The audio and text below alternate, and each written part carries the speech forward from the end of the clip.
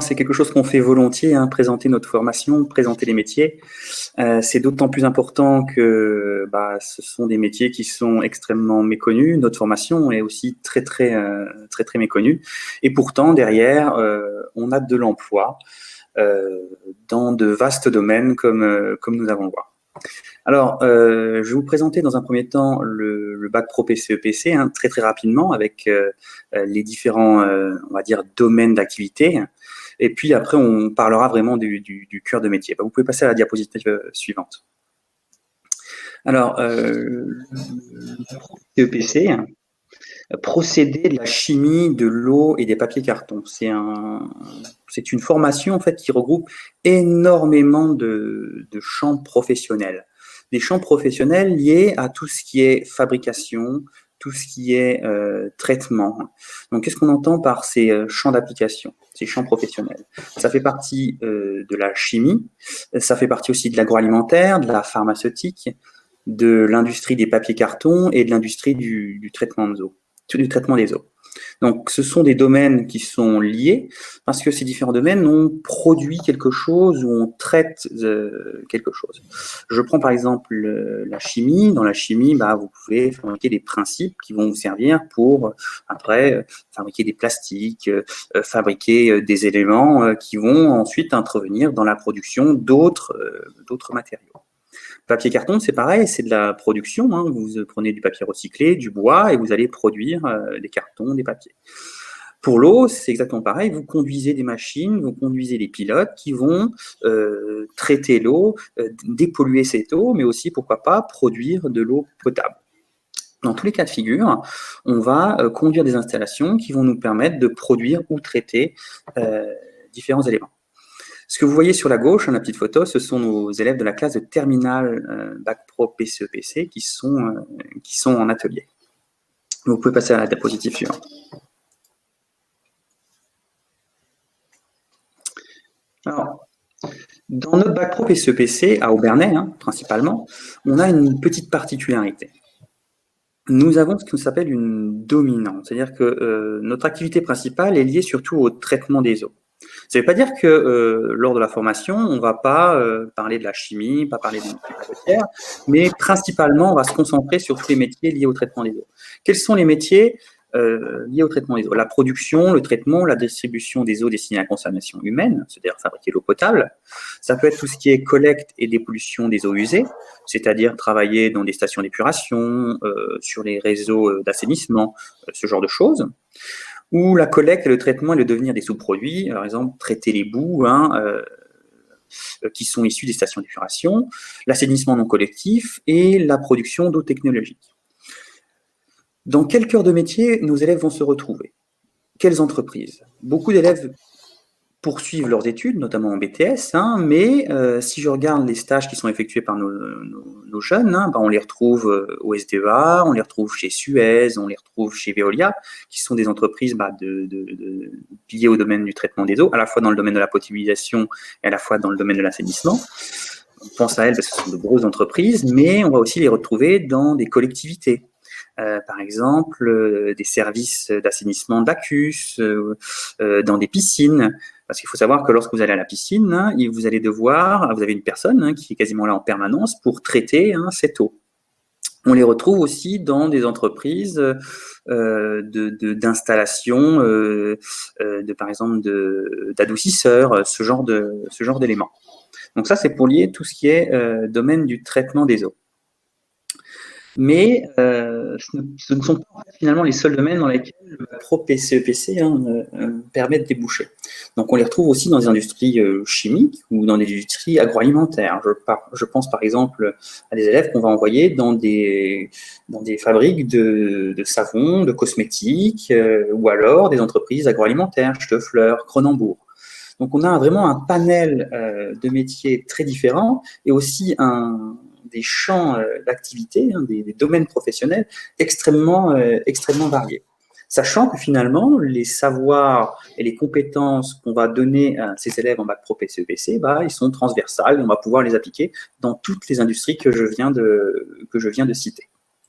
Donc, vous pouvez passer à la prochaine diapo. Alors, j'ai remis encore quelques petites images donc, par rapport au traitement des eaux. Si je prends l'exemple de quelqu'un qui va travailler dans une station d'épuration, finalement, quel va être son job, quel va être sa journée type, il va devoir gérer cette station d'épuration.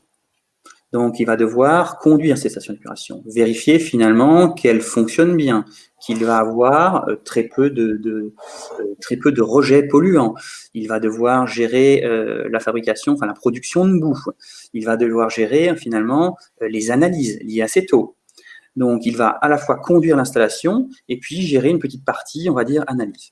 Là-dessus, se greffent des opérations de maintenance. C'est-à-dire que lorsque vous avez une pompe, une vanne qui va être défaillante, eh bien, cette personne va devoir agir sur cet élément pour en faire la maintenance. Alors, j'ai parlé de l'épuration, mais ça, c'est transversal à la potabilisation, à l'assainissement, au domaine industriel ou au travail, par exemple, dans les piscines. Vous pouvez passer à la diapositive suivante. Alors, juste une petite question, P3E. Alors, P3E, j'en parlerai un petit peu après. Le P3E, c'est Pôle d'excellence éducative sur l'eau. C'est l'endroit où nos élèves sont amenés à travailler en atelier. D'accord. Okay. Voilà. Et potabilisation, on suppose que c'est toute l'industrie qui rend l'eau nouveau potable. Exactement. Hein. Exactement, tout à fait. Voilà. Alors, en fait, le bac pro PCEPC mène à un métier qu'on appelle métier d'opérateur de fabrication et de traitement. Il y a vraiment 3 grandes dominantes dans un métier d'opérateur de fabrication et de traitement. La première dominante, c'est la commande de machines, c'est-à-dire être sur une pilote, une machine, une station d'épuration, une machine qui va vous fabriquer du savon, une machine qui va vous fabriquer un produit agroalimentaire, une machine qui va vous fabriquer un principe actif pour des médicaments, une machine qui va vous fabriquer un produit chimique, d'accord ? Et cette machine, il va falloir la conduire, la piloter. Ça veut dire quoi, conduire ou piloter une machine ? En fait, on va devoir faire des réglages sur cette machine, des réglages de débit. On va devoir faire des réglages de température, de pression. On va conduire tout simplement une recette afin de produire ou de traiter un élément. Donc, vous allez introduire des réactifs, des produits, par exemple, dans un réacteur. Vous allez conduire une recette en maintenant une certaine température, en maintenant certaines pressions, en maintenant un certain pH. Et à partir de ça, vous allez produire un élément, un liquide, un solide qui va intervenir dans un autre élément de fabrication. Que ce soit le traitement des eaux, la chimie, la pharmaceutique ou n'importe quel domaine, le principe est identique. Vous allez commander une machine, sauf que la finalité, vous allez produire quelque chose de différent. Donc, les petites images que vous voyez sur le côté, ce sont des TP qui sont réalisés par nos élèves et qui conduisent, par exemple, des installations de traitement des eaux, ou alors qui font des petites analyses de chimie afin de piloter leur machine. Effectivement, les analyses sont extrêmement importantes. On parle de commande de machine, de conduite de machine, donc on va la régler, mais après, il faut bien vérifier si cette machine est correctement réglée. Et comment on fait pour vérifier qu'elle est correctement réglée ? Eh bien, on va échantillonner, c'est-à-dire qu'on va prendre des petits échantillons à différents endroits de la machine et on va faire du contrôle qualité de notre produit. Est-ce qu'il est bien traité ? Est-ce qu'il est bien fabriqué ? On va faire du contrôle en cours de fabrication, par exemple. Alors ça, c'est pas forcément la totalité du job d'un opérateur de fabrication. Un opérateur de fabrication, en plus de conduire sa machine, il va devoir vérifier qu'elle fonctionne bien. Donc, vous pouvez lancer la diapositive suivante. Et il va donc réaliser des opérations de maintenance. Alors, quand on dit des opérations de maintenance, c'est des petites opérations de maintenance. Il ne faut pas avoir de grandes opérations de maintenance. C'est pas des mécaniciens, c'est pas des automaticiens ni des électriciens. Par contre, un bon opérateur de fabrication ou de traitement va savoir identifier rapidement le problème et faire intervenir la bonne équipe qui va permettre de réaliser la maintenance de sa machine. Voilà. Donc, c'est-à-dire qu'il va en fait pas coordonner, mais savoir faire appel aux automaticiens, électriciens quand il va falloir, aux mécaniciens, quand il va y avoir un problème de mécanique. Rien ne l'empêche, bien entendu, de faire des opérations de maintenance qu'on va appeler des opérations de maintenance de niveau 1. Qu'est-ce que c'est une petite opération de maintenance niveau 1? Bah, ça va être de changer un petit joint, de refaire un niveau, de changer le format de sa machine. Par exemple, il est dans une industrie agroalimentaire, on va passer sur un autre format de fabrication et il va y avoir peut-être des réglages à modifier, des couteaux à changer s'il a un broyeur, par exemple. Ce genre d'opération. Ce n'est pas de la grosse mécanique. Enfin, la dernière partie concernant l'opérateur de fabrication, vous pouvez passer à la diapositive suivante, ça va être de respecter finalement les règles de qualité, hygiène, santé et sécurité. Et d'environnement, bien entendu. Donc, il va devoir savoir se protéger, savoir protéger les personnes qui l'entourent et respecter finalement un cahier des charges dans le domaine de la qualité de son produit, de la qualité de son traitement et dans un respect, bien entendu, de l'environnement. Donc, c'est aussi lié à la production, à la commande de la machine, tout ça. Mais ça va être un des points aussi importants de son métier. Voilà en fait pour la présentation un petit peu succincte du métier d'opérateur de fabrication et de traitement. Ce que je vous propose maintenant, c'est de vous présenter un petit peu le profil d'un élève ou d'une élève de bac pro PCE-PC. Vous pouvez passer à la diapositive suivante. Alors c'est vrai qu'à chaque fois, j'aime bien dire le profil d'un ou d'une élève de bac pro PCE-PC. J'insiste là-dessus, c'est qu'on est une filière professionnelle dans un lycée professionnel où il y a beaucoup de mécanique, où on est entouré de beaucoup de garçons. Il y a de la moto, il y a du TP, il y a du travaux publics, etc., etc. Et nous, on est une filière qui draine une partie de demoiselles donc dans notre établissement et elles ont tout à fait leur place dans ces métiers. Il y a d'ailleurs des politiques de féminisation de certaines entreprises et je les encourage vivement à venir chez nous et au moins à découvrir ce métier ou à découvrir les métiers. Voilà. Alors, le métier d'opérateur de production, si vous voulez passer par le bac pro PCE-PC du lycée d'Aubernay, ça équivaut à 3 ans de formation en lycée professionnel, soit 22 semaines de stage en PFNB. Alors, peut-être certains d'entre vous sont intéressés par de l'apprentissage. Nous ne proposons pas d'apprentissage au sein de notre lycée professionnel dans le domaine du bac pro PCE-PC. Cependant, à partir de la classe de première ou de terminale, si un jeune est intéressé par un apprentissage, il a effectué par exemple un stage dans une entreprise, cette entreprise lui propose un apprentissage en fin de seconde, il est possible d'effectuer un apprentissage et de passer ce qu'on appelle en public mixé, c'est-à-dire être apprenti au sein de la structure lycée professionnel. Ça, c'est une possibilité. Mais en général, ça ne se fait pas au niveau de la seconde, ça se fait au niveau de la classe de première et de terminale. Qu'est-ce qu'on retrouve finalement dans le bac pro PCE-PC au niveau de l'enseignement? Donc l'enseignement, c'est 2 grandes parties. On parle d'enseignement général, on parle d'enseignement professionnel. L'enseignement général, c'est ce que vous retrouvez au collège, dans les lycées, du français, des langues vivantes, des maths, des sciences et du domaine professionnel. Le domaine professionnel, c'est quoi? On va le décortiquer en plusieurs parties, 3 parties, qui correspondent finalement au métier d'opérateur de production. Vous allez avoir un petit peu de maintenance, parce qu'il faut savoir réparer une machine. Vous allez avoir beaucoup de ce qu'on appelle du procédé. Procédé, donc c'est de la conduite finalement de ces machines, d'accord, avec un petit peu d'analyse, un peu de chimie, un peu de biologie. Et puis la dernière partie, vous ferez un peu de qualité, de QHSE, d'études de l'environnement, etc., etc. Voilà pour les différentes parties de l'enseignement professionnel. Souvent, on me demande quelles sont les qualités nécessaires pour exercer ce métier. Alors, il y a quand même, dans notre formation, pour l'instant je parle pour la formation, on a quand même pas mal de chimie, pas mal de maths. Donc, il faut quand même avoir, si vous voulez, un esprit scientifique. Il faut aimer quand même les sciences, il faut aimer la chimie. Même si après, dans votre débouché derrière, vous avez travaillé dans l'agroalimentaire, la chimie, pharmaceutique ou autre, nous, on a quand même pour notre formation, un esprit scientifique à avoir, parce qu'il y a beaucoup de maths, pas mal de chimie, pas mal de biologie. Au niveau des qualités pratiques, il faut être assez rigoureux, soigneux, organisé et curieux. En fait, le métier d'opérateur de traitement et de production, c'est quoi aussi? C'est de suivre des procédures. Vous avez des procédures à respecter, des recettes à effectuer, donc ces recettes, il faut les effectuer de façon rigoureuse, soigneuse. Hein, vous avez un produit à fabriquer, imaginez que vous travaillez dans le médicament, il y a des contraintes extrêmement importantes. Mais dans le domaine du traitement des eaux ou de la chimie, ça va être pareil. L'agroalimentaire, ça va être pareil. Vous avez des contraintes, d'accord, des cahiers à remplir, des documents à remplir pour attester que votre lot est conforme et pouvoir le libérer sur le marché et pouvoir l'envoyer et l'envoyer. Donc ça, c'est extrêmement important. Le soin, l'organisation et la rigueur dans votre travail.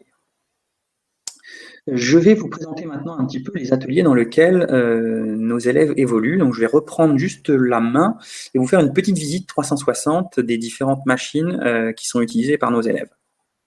Alors, je passe, voilà, contenu de l'écran. Donc, effectivement, Monsieur Rothermel nous a préparé une petite visite virtuelle de l'atelier, ce qui est chouette. Hein. Permet de voir avec un petit peu plus concrètement comment être équipé et organisé le lycée autour de cette filière. Voilà. Est-ce que vous voyez le... Oui, oui. Voilà. Ça, en fait, c'est notre atelier, c'est là où évoluent nos élèves. Alors, ce que vous voyez, hein, ce que je fais un petit peu tourner, ce sont différentes machines de traitement ou de production. Alors, nous, on est principalement orienté vers le domaine du traitement des eaux, hein, parce que nos machines sont dédiées au traitement des eaux, mais on y fait aussi de la chimie hein, et de l'agroalimentaire, de la cosmétique, etc., etc. Donc, si je prends l'exemple d'une machine, je vais vous montrer l'image.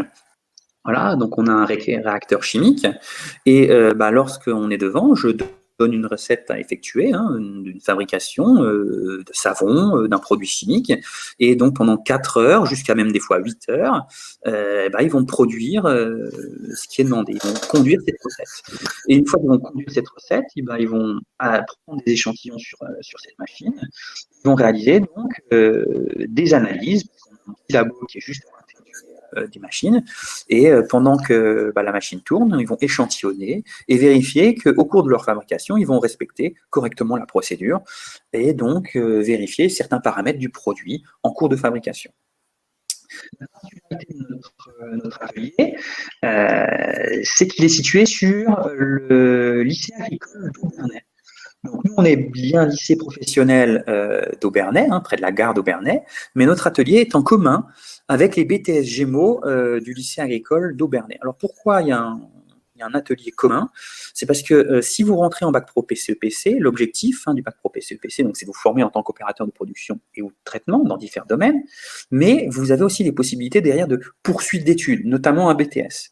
Et on a monté un fort partenariat avec le BTS, chez moi du lycée agricole, afin de permettre à nos élèves de bac pro PCEPC de poursuivre, pour ceux qui le souhaitent, vers un BTS Gémeaux, s'ils se sentent des prédispositions pour le domaine du traitement des eaux.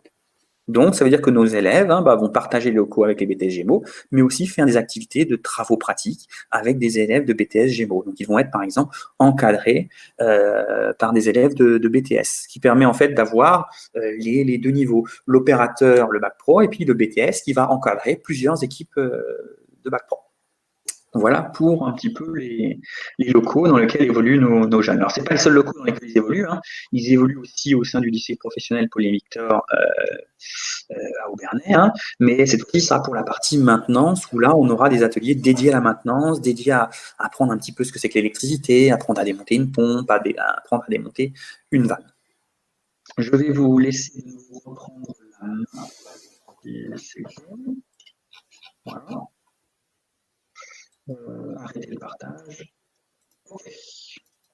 Là, j'ai fini donc ma présentation. Je ne sais pas s'il y a des questions donc par rapport à ce que je viens d'expliquer. Alors pour l'instant, dans la salle, il n'y a pas de questions. Par contre, moi, je vous proposerais de nous parler à la fois des débouchés. Alors, je vous en avais donné quelques-uns, effectivement, avec une palette assez vaste. En fait, les élèves, en sortant de ces formations, ont travaillé dans des industries essentiellement, mais c'est pas juste des industries qui s'occupent de traitement de l'eau ou de papier carton. Non. Je pense que c'est beaucoup d'industries qui ont, de manière annexe à leur activité, du traitement de l'eau parce que ils sont amenés à travailler avec de l'eau Voilà, donc Ça peut peut-être être aussi débouchés chimique, hein. ouais. Ça peut être des industries pharmaceutiques. C'est pour ça que c'est vrai que nous, on a une dominante. C'est-à-dire que nos élèves, quand ils viennent chez nous, c'est vrai qu'on travaille beaucoup plus sur le domaine de l'eau, d'accord, le traitement de l'eau, à la fois potabilisation, à la fois épuration. Mais très vite, hein, il y en a beaucoup. Finalement, si on regarde, si on fait un retour d'expérience sur ce que deviennent nos élèves, on constate que la majorité d'entre eux ne se dirigent pas forcément vers le domaine du traitement des eaux. Il y en a qui vont dans des entreprises de chimie ou d'agroalimentaire ou cosmétiques, et donc finalement ça les intéresse pas trop mal, et ils se redirigent plutôt vers le domaine de la chimie. Donc, dans des entreprises qui vont fabriquer des produits chimiques ou des médicaments.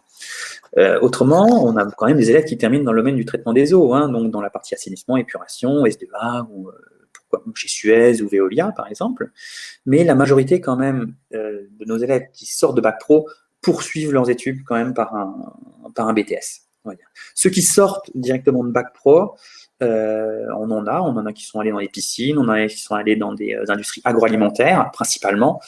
Pour aller dans le domaine de la chimie et des traitements des eaux, on va dire que la plupart ont quand même poursuivi par un BTS. Voilà.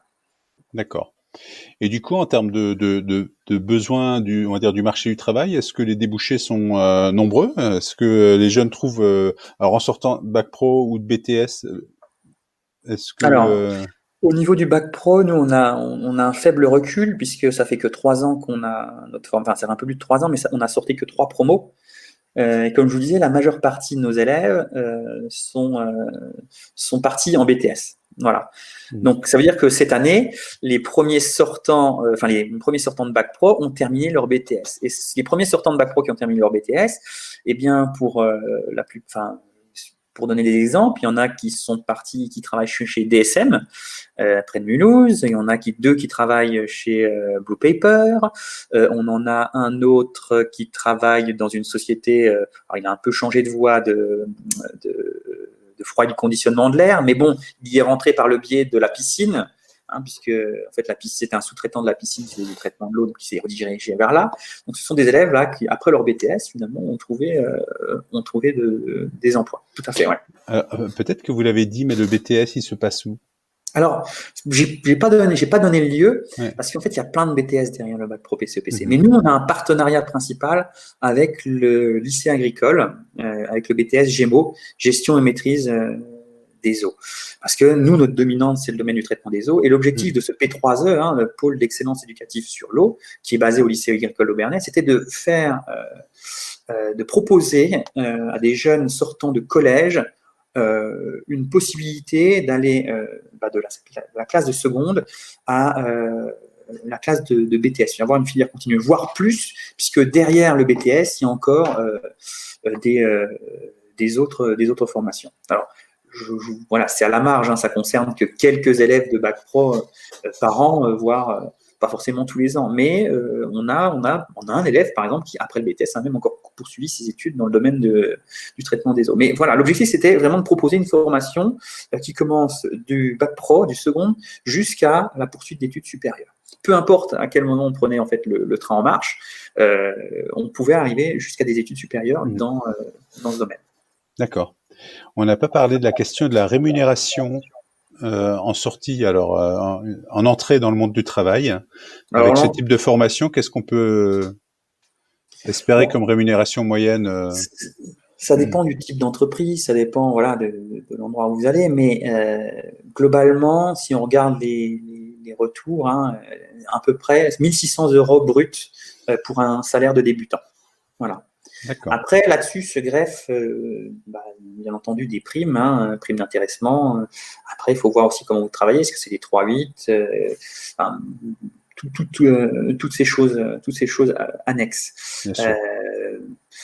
Il y a 2 ans en arrière, on avait donc des élèves qui étaient sortis de Bac Pro, qui ont été pris dans une entreprise et en tant qu'apprenti BTS, donc, et qui, après nous avoir revus, nous ont dit cette année, on a touché une excellente prime d'intéressement, qui représentait quand même une prime assez conséquente. D'accord ? Pratiquement, ils ont doublé leur salaire annuel juste avec la prime. Donc, c'est pas aussi quelque chose de négligeable. Après, les primes, ça fait pas, c'est pas tout le temps. Mais oui, ça dépend des entreprises. Voilà. Mais c'est vrai que souvent dans les entreprises industrielles, Exactement. il y a un cadre de travail et un cadre de rémunération qui est plutôt intéressant effectivement pour des Ouais. jeunes qui ont une formation, une qualification au départ. Après, je vais juste encore rebondir là-dessus, parce qu'on me pose aussi la question, souvent, j'anticipe, est-ce qu'il faut mieux arrêter au bac pro, est-ce qu'il faut mieux arrêter en BTS, quelle est la différence entre le bac pro, quelle est la différence entre le BTS? Honnêtement, en sortie de bac pro ou en sortie de BTS, vous n'aurez pas une grosse différence de salaire. Ça va être quasiment la même chose. Par contre, l'évolution derrière sera totalement différente. En tant que bac pro, vous aurez plus de mal quand même à évoluer au sein de l'industrie, au sein de l'entreprise dans laquelle vous êtes. Par contre, en tant que BTS, après avoir fait un bac pro, bien entendu, si voilà, vous vous débrouillez bien, vous passerez assez rapidement, d'accord, à un niveau supérieur. Voilà ce qui va différencier finalement le BTS du bac pro. C'est une évolution qui va être différente au sein de l'entreprise entre l'élève de bac pro et le BTS. Mais pour commencer, vous allez quasiment faire la même chose et avoir la même rémunération. D'accord. On arrive au bout de notre séquence et j'ai envie de dire pour motiver. Je ne sais pas si c'est des métiers qui font rêver. En tout cas, je pense que des Disons métiers que ce très sont des techniques. métiers très peu connus. Nous, c'est vrai qu'on est plus centré sur le traitement des eaux. Et quand on parle de traitement des eaux, souvent on pense station d'épuration. Alors, ça fait pas forcément rêver. Mais bon, c'est un métier dans lequel on voit plein de choses, on reste pas statique. Hein, voilà. Si vous êtes aussi dans la potabilisation, c'est pareil, c'est pas un métier statique. C'est-à-dire que potabilisation, vous allez inspecter plusieurs unités de potabilisation. Il faudra être réactif. Donc non, c'est un métier vraiment qui change et qui évolue. Voilà. D'accord. Ok. Merci beaucoup pour ce temps de présentation, pour cette visite 360 aussi de l'atelier de formation Oui. qui était très intéressante effectivement. Ça permet aussi de montrer que dans nos filières de formation et dans nos lycées aujourd'hui, on a des moyens techniques de formation qui collent aux besoins du monde économique et de l'entreprise, hein, tout simplement, ce qui est juste essentiel. Et voilà. Alors, je ne sais pas si ça aura généré des vocations. En tout cas, votre Peut-être déjà des présentation visites à nos portes ouvertes, voilà. c'est déjà bien. Votre présentation est chouette. Donc, effectivement, la formation, c'est porte ouverte le 13 février. C'est ça, oui. Au lycée Paul-Émile Victor, donc à Aubernais. Et Peut-être puis, aussi au lycée agricole en même temps, dans lequel on pourra d'accord. présenter en même temps notre atelier, comme il est sur Ok. une plateforme différente, mais Voilà. ouais, c'est ça, le 13 février.